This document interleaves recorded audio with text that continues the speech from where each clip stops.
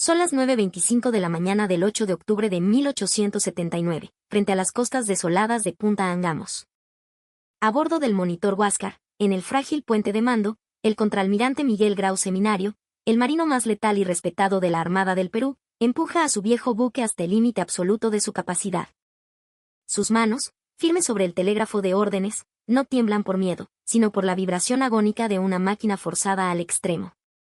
El oxígeno en la sala de calderas es denso y asfixiante, y su motor de 1200 caballos de fuerza apenas puede impulsar la mole de hierro a través del mar. A través de su catalejo, observa algo que desafía todo lo que sabe sobre la guerra naval.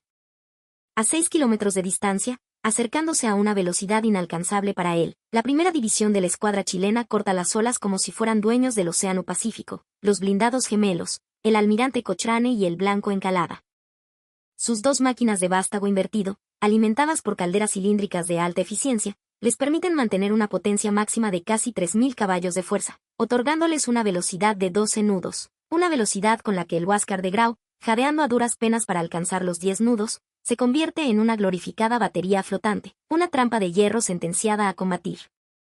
Lo que Grau no sabe, lo que ningún marino peruano comprende aún en este momento de octubre de 1879, es que están intentando enfrentar no solo a dos buques, sino al resultado de la ingeniería naval más avanzada de la época, jamás desplegada en un combate en el Pacífico.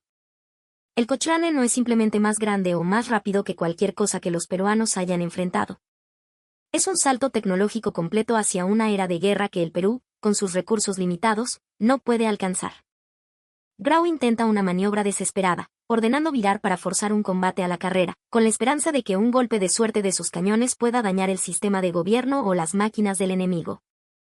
A 9 nudos, casi al límite estructural de su casco, logra mantener una distancia de combate mientras su artillería se prepara. Es entonces cuando descubre la segunda pesadilla de los blindados chilenos. Desde la casamata de proa del Cochrane, un artillero que Grau nunca verá acciona el mecanismo de disparo de un cañón Armstrong de 9 pulgadas. El sistema de artillería de retrocarga de William Armstrong, con sus cañones de ánima rayada y su mecanismo de cierre de tornillo, permite una cadencia de fuego 3 veces superior a la de los cañones de avancarga del Huáscar. El artillero chileno no está expuesto en cubierta, está protegido tras una coraza de 9 pulgadas de espesor, apuntando con un sistema de alza y mira de precisión, mientras sus sirvientes introducen proyectiles y cargas de pólvora por la recámara del cañón. Grau ve el destello del disparo, una nube de humo blanco que florece en la proa del buque enemigo, y un instante después, el silbido agudo de un proyectil que se acerca a una velocidad que su cerebro apenas puede procesar. A 1400 pies por segundo, cada proyectil Palliser de 250 libras lleva suficiente energía cinética para desintegrar las planchas de hierro del Huáscar. Una de las granadas impacta en la torre de artillería giratoria Coles. El golpe es ensordecedor, una explosión de metal contra metal que hace vibrar cada remache del monitor. El proyectil, diseñado para perforar blindaje, no explota, pero abre una brecha en la coraza de 5.5 pulgadas y la torre, no protegida por un respaldo de madera de teca adecuado, queda trabada, inutilizada. El as peruano, el caballero de los mares, apenas ha comenzado el combate y ya ha perdido la mitad de su potencia de fuego. Sobrevivirá a este primer impacto, pero sabe que el destino está sellado. En los siguientes minutos, la escuadra chilena completa su cerco. La corbeta O'Higgins y la cañonera Loa se unen a la persecución, mientras por el sur aparecen el Blanco Encalada y la Covadonga. El Huáscar está atrapado. De esos minutos de combate, los artilleros de los blindados chilenos dispararán decenas de proyectiles. El Huáscar responderá con un fuego lento pero tenaz. Las cifras serán devastadoras. El Perú está a punto de perder su único buque capital, su mayor base estratégica, y con él, al marino más brillante de su historia, un hombre irreemplazable, formado durante años en un sistema naval que el Perú ya no puede sostener. Pero la historia de esta disparidad tecnológica no comenzó en las aguas de Angamos. Comenzó en las oficinas de diseño de los astilleros británicos en la década de 1860, cuando la Royal Navy emitió especificaciones que muchos ingenieros navales consideraron el futuro de la guerra en el mar. Querían un buque de guerra blindado, capaz de navegar en alta mar, con una artillería poderosa montada en una batería central para maximizar la estabilidad, alcanzar velocidades superiores a los 12 nudos y llevar un blindaje suficiente para resistir los cañones más potentes de la época. Chile, en pleno proceso de modernización de su escuadra, contrató a Sir Edward Reed, exconstructor jefe de la Royal Navy, para diseñar sus nuevos buques. El diseño de Reed era el más radical. Proponía un buque con un cinturón acorazado completo a nivel de la línea de flotación y una ciudadela o casamata central blindada que protegía la artillería principal. Esta configuración permitía al buque tener un alto francobordo, haciéndolo mucho más marinero y estable en las aguas turbulentas del Pacífico Sur, y concentraba la protección en las áreas vitales. Más revolucionario aún era el tipo de armamento y su disposición. Se optó por los cañones Armstrong de retrocarga, la cúspide de la tecnología artillera de la época. Para la tripulación, operar estos cañones era mucho más seguro y rápido. La carga se realizaba desde detrás del cañón, protegidos por el blindaje, y no tenían que exponerse en la boca del cañón como en los sistemas de avancarga. Visual Quay, corte transversal de un proyectil Palliser, mostrando su punta de hierro fundido y endurecido, diseñada para actuar como un punzón contra el blindaje. El gobierno chileno quedó impresionado con el diseño de Beer y emitió un contrato por 2 blindados, el Cochrane y el Blanco Encalada, construidos en los astilleros de Old Shepperton en Hull, Inglaterra. En 1874, casi un lustro antes de la guerra, el primer blindado, el Cochrane, zarpó hacia Chile. El Perú, por su parte, había adquirido el Huáscar casi una década antes, en 1865. Era un diseño de torreta del capitán Cooper Coles, un concepto innovador en su momento pero que rápidamente quedó obsoleto. Era un buque de bajo francobordo, lento, con artillería de avancarga y un blindaje que, para 1879, ya era insuficiente. La construcción de los blindados chilenos fue monumental para los estándares sudamericanos. Cada buque requería miles de toneladas de hierro forjado, cientos de toneladas de madera de teca para el respaldo del blindaje, miles de remaches, kilómetros de tuberías y decenas de miles de horas hombre de trabajo de los mejores artesanos navales del mundo. El resultado fue un buque que desplazaba 3.500 toneladas, casi 3 veces el desplazamiento del Huáscar, con un blindaje de hasta 9 pulgadas en la casamata. Pero era el sistema de armamento lo que realmente aterrorizaba a las tripulaciones peruanas que sobrevivían a los encuentros. El Cochrane montaba 6 cañones Armstrong de 9 pulgadas en su batería central, 3 por banda, y cañones más ligeros en proa y popa. La retrocarga permitía a sus artilleros mantener un fuego constante y preciso. Las computadoras analógicas aún no existían, pero la precisión se lograba con alzas graduadas, mesas de tiro y una tripulación bien entrenada que podía compensar la velocidad del objetivo, la caída del proyectil y el balanceo del buque. El sistema había sido probado en combate por primera vez meses antes, pero nunca contra un objetivo tan determinado como el Huáscar. A las 9:40, el contraalmirante Grau, de pie en la torre de mando, una estructura cilíndrica apenas protegida por 3 pulgadas de hierro, da la orden de abrir fuego. El comandante del Huáscar, el capitán de corbeta Elías Aguirre, transmite la orden a la torre Coles. Dentro de la torre, el teniente primero Pedro Garrison supervisa la maniobra. El ambiente es un infierno de humo, sudor y el grito de los hombres. Los sirvientes, con el torso desnudo, empujan con gigantescos atacadores la carga de pólvora de 50 libras y luego el proyectil de 300 libras por la boca del cañón. La torre gira lentamente, apuntando al Cochrane que se encuentra a 3.000 metros. Se da la orden de fuego. Un estruendo brutal sacude el monitor y una densa humareda envuelve la cubierta. El proyectil vuela por el aire y se estrella contra la amura de babor del Cochrane. El impacto es tremendo, pero la munición peruana, una granada común, no está diseñada para perforar blindaje. Rebota en la coraza de 6 pulgadas del cinturón del Cochrane y explota inofensivamente en el agua. Los peruanos han gastado su mejor tiro, un proceso que ha tardado casi 10 minutos en completarse, sin causar daño alguno. La respuesta del Cochrane es casi inmediata. Su andanada es de una precisión aterradora. Uno de sus proyectiles Palliser impacta en el castillo de proa del Huáscar, barriendo la cubierta y matando a una docena de hombres.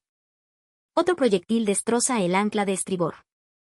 El teniente coronel Juan Williams Rebolledo, un oficial de inteligencia naval chileno, había compilado un informe clasificado meses antes, que nunca fue compartido ampliamente con el público, porque sus conclusiones eran una mezcla de admiración y fría certeza táctica. El informe, recuperado de archivos chilenos, detallaba el análisis táctico del Huáscar. La audacia y pericia del almirante Grau, escribía Williams, no puede ser subestimada. Sin embargo, su buque opera en el límite absoluto de su capacidad. La velocidad a máxima potencia de Caldera se reduce a menos de 10 nudos, mientras nuestros blindados pueden mantener 12 nudos sostenidos. La diferencia de velocidad hace imposible que pueda escapar de un encuentro coordinado. Peor aún, documentaba Williams, su artillería de avancarga es inadecuada. Nuestros cañones de retrocarga pueden disparar 3 veces por cada una de las suyas. La concentración de fuego desde nuestros blindados, utilizando munición Palliser, superará su blindaje. Nuestros pilotos de costa y vigías pueden detectar al Huáscar, pero no con suficiente anticipación para permitir una interceptación con buques más lentos. Se requiere el sacrificio de toda la escuadra para acorralarlo. Desde la costa, los mejores buques peruanos, como la Unión, pueden alcanzar velocidades superiores, pero el Huáscar es lento. La persecución, una vez iniciada por nuestros blindados, tendrá un resultado inevitable. La intercepción exitosa requería una coordinación muy cuidadosa. Si se cometía un error, Grau, con su astucia, podría escapar. La capacidad de virar y alcanzar al Huáscar dependía de la superioridad de velocidad. Típicamente, el Huáscar podía evadir a sus perseguidores al anochecer o usando los accidentes de la costa, pero esta vez estaba en mar abierto y rodeado. Si un comandante chileno determinado se fijaba en el Huáscar, Grau solo podía, si era consciente del peligro, intentar una huida desesperada, forzando sus máquinas hasta el punto de ruptura. Visual Cue, mapa táctico animado mostrando la pinza naval chilena cerrándose sobre el solitario Huáscar y la corbeta Unión. El capitán de navío Aurelio García y García, uno de los marinos más experimentados del Perú, había advertido al alto mando sobre esta vulnerabilidad en un informe brutalmente honesto. El blindado chileno no tiene comparación con nuestros diseños actuales, escribió García y García. La casamata central permite una operación estable en mar gruesa, donde nuestro monitor sufre severamente. Los motores mantienen potencia completa gracias a calderas más modernas que nosotros no poseemos.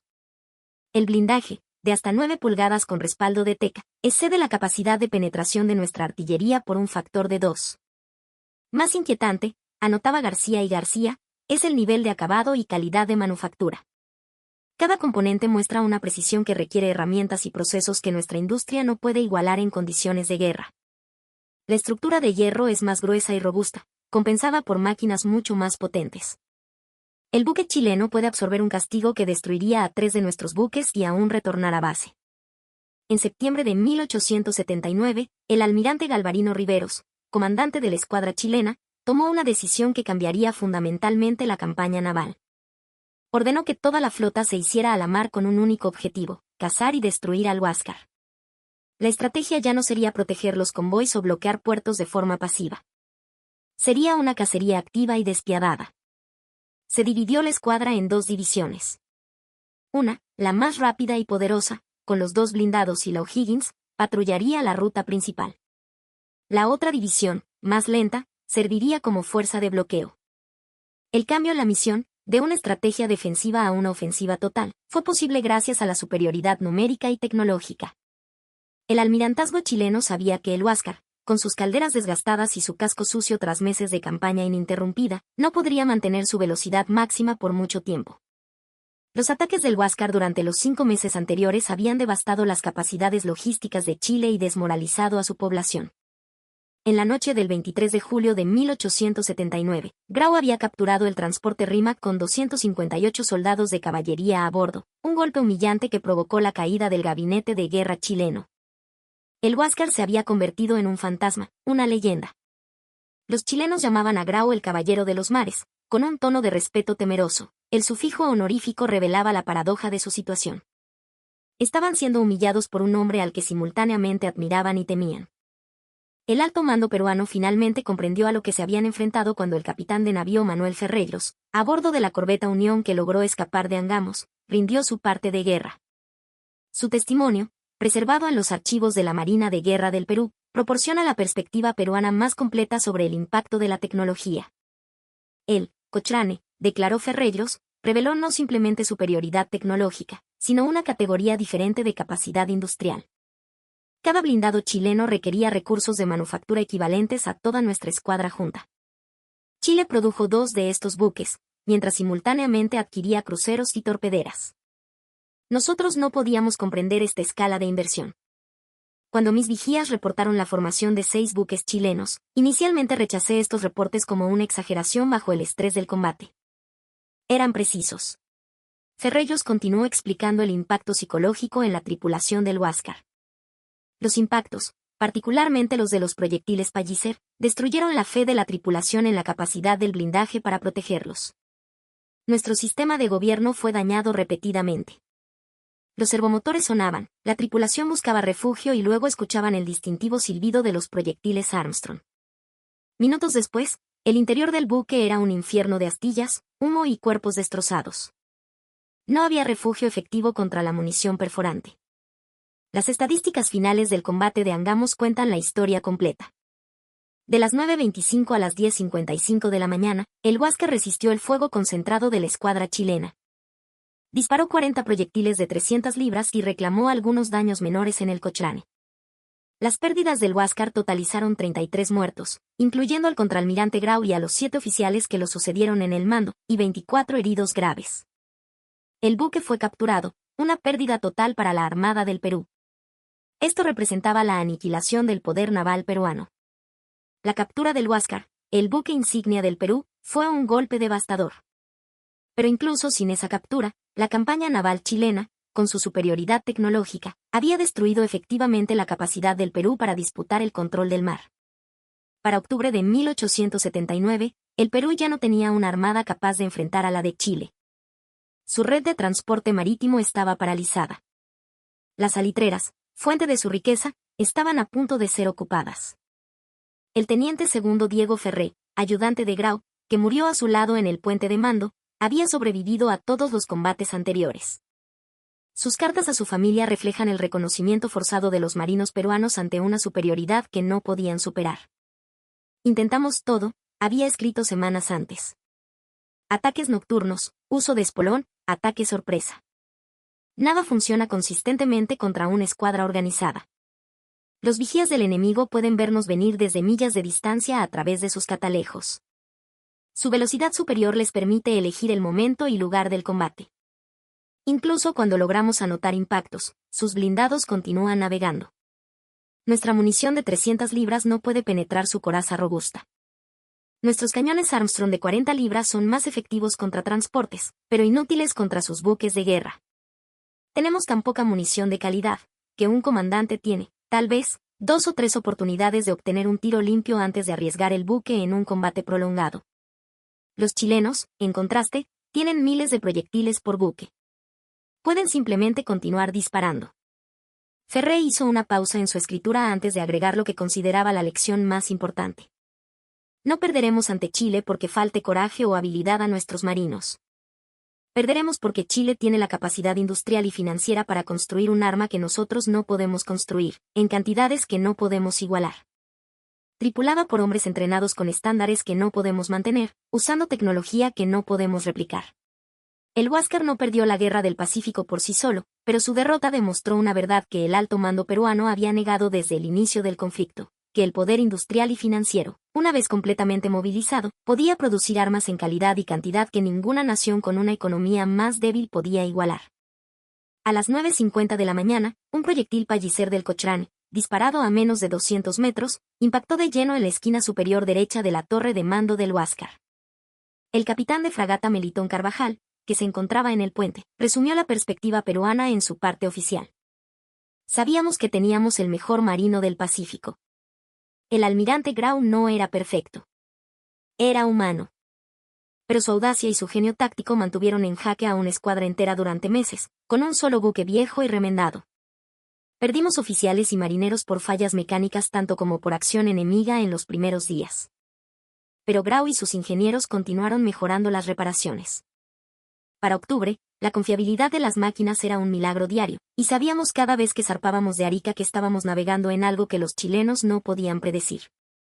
No era arrogancia, era simplemente la realidad matemática de una genialidad táctica contra una disparidad tecnológica e industrial. Hoy, el monitor Huáscar, restaurado, se encuentra como trofeo de guerra en el puerto de Talcahuano, en Chile. Los visitantes caminan sobre su cubierta, asombrados por el pequeño tamaño del buque que una vez definió el poder naval en el Pacífico. Pero las especificaciones en las placas solo cuentan parte de la historia. La verdadera historia del Huáscar no está en sus 220 pies de eslora o su único motor de 1.200 caballos de fuerza. Está en el silencio del alto mando chileno cuando finalmente comprendieron que estaban peleando una guerra contra un hombre que, con un buque obsoleto, podía paralizar su avance indefinidamente, mientras el Perú luchaba por producir cualquier cosa. Miguel Grau murió instantáneamente. El proyectil lo desintegró. En sus últimos momentos, frecuentemente hablaba con sus oficiales sobre el deber. En una reunión, un periodista le había preguntado qué pensaba cuando veía los nuevos blindados chilenos en los reportes navales. Grau consideró la pregunta cuidadosamente antes de responder. Veo un recordatorio, dijo, de que el coraje y la habilidad no son suficientes cuando tu enemigo tiene una máquina que desafía las leyes que pensabas gobernaban la guerra naval. El Cochrane no es solo un buque mejor.